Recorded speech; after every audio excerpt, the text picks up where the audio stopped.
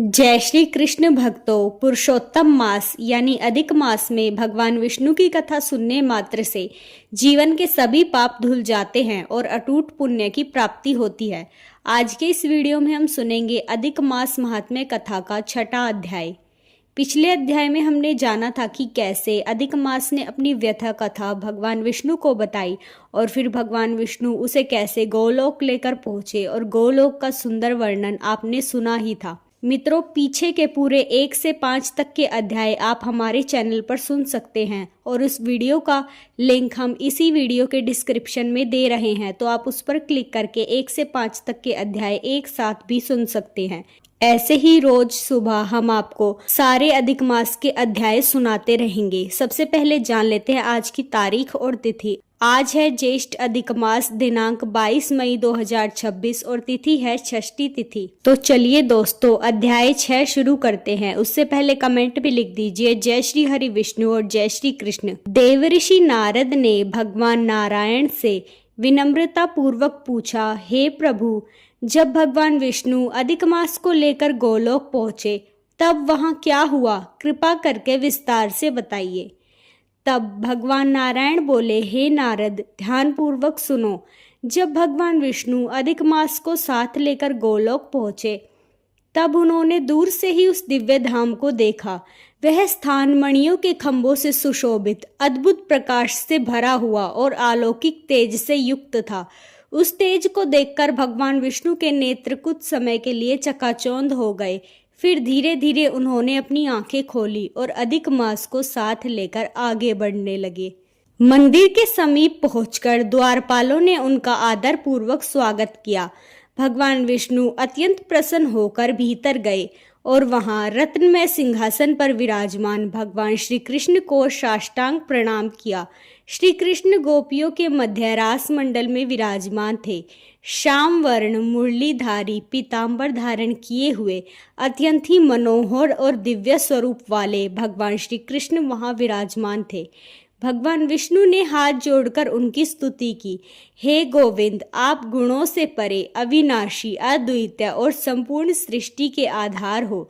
आप रासलीला के स्वामी, भक्तों के प्रिय और परमानंद के स्रोत हो। मैं आपको बारंबार नमस्कार करता हूँ।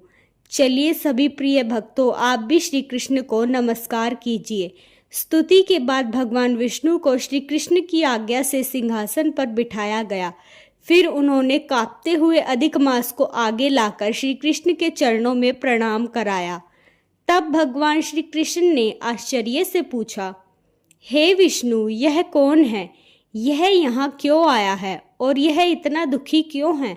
गोलोक में तो कोई भी दुख नहीं होता, यहाँ तो सब आनंद में रहते हैं, फिर यहाँ यह क्यों रो रहा है?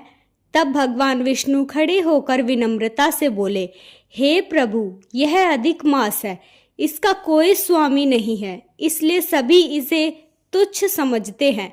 इसमें सूर्य की संक्रांति नहीं होती, इस कारण इसे अशुभ और मलमास कहा जाता है। सभी शुभ कार्यों में इसे वर्जित किया जाता है और इसका अपमान किया जाता है। वे आगे बोले, हे नाथ, अन्य सभी मास, काल, ऋतु और संवत्सर अपने अपने स्वामियों के कारण सम्मानित है, परंतु यह अकेला और निराशित है। इसी कारण यह अत्यंत दुखी होकर मरने तक का विचार कर बैठा है।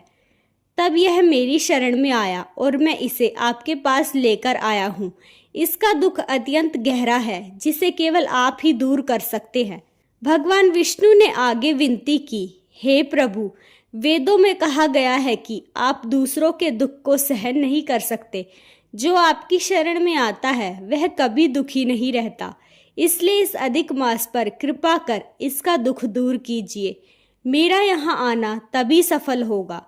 इतना कहकर भगवान विष्णु हाथ जोड़कर श्री कृष्ण के सामने खड़े हो गए और उनके उत्तर की प्रतीक्षा करने लगे।